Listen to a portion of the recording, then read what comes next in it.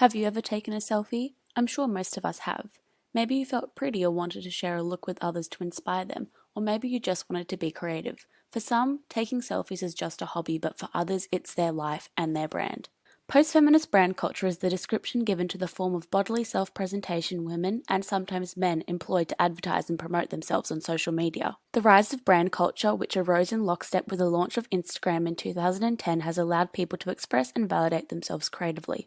Dating back to the 1800s, the media theory of feminism as a representation has for some time argued that in the production of art forms and in the analysis and presentation of the works women create, there is a clash between cultural politics and feminism.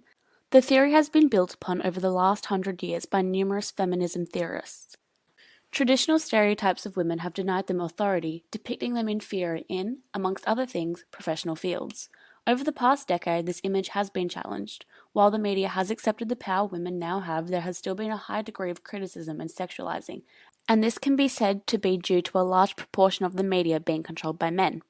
Most of us would know or follow the Kardashians, a famous family empire who have built a successful life for themselves through self-branding. They all boast an impressive following, but this has not come easily for them. In an interview with the New York Times, Kris Jenner and Kim Kardashian discussed the impacts of using their bodies to create a brand, the stereotypes the media has placed on them, and the harm caused by media criticism and bullying. In relation to feminism as a representation, the Kardashians are an example of how the ideologies around the theory have been challenged.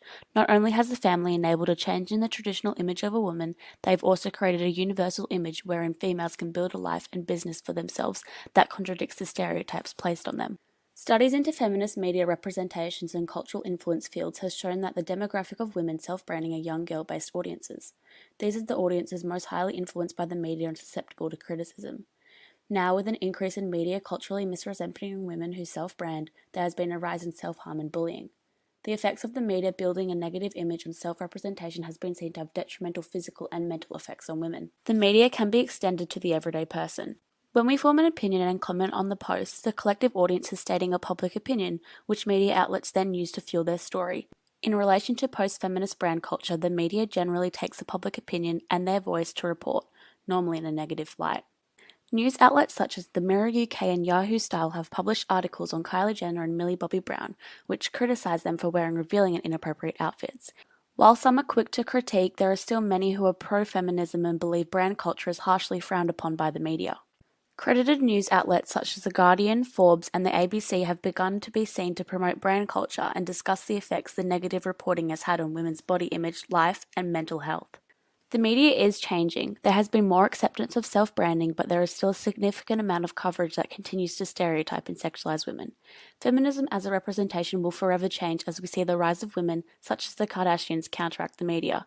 The future for a safer online space for younger girls comes down to how we, as a society, take future steps in regarding brand culture as a valid source of business.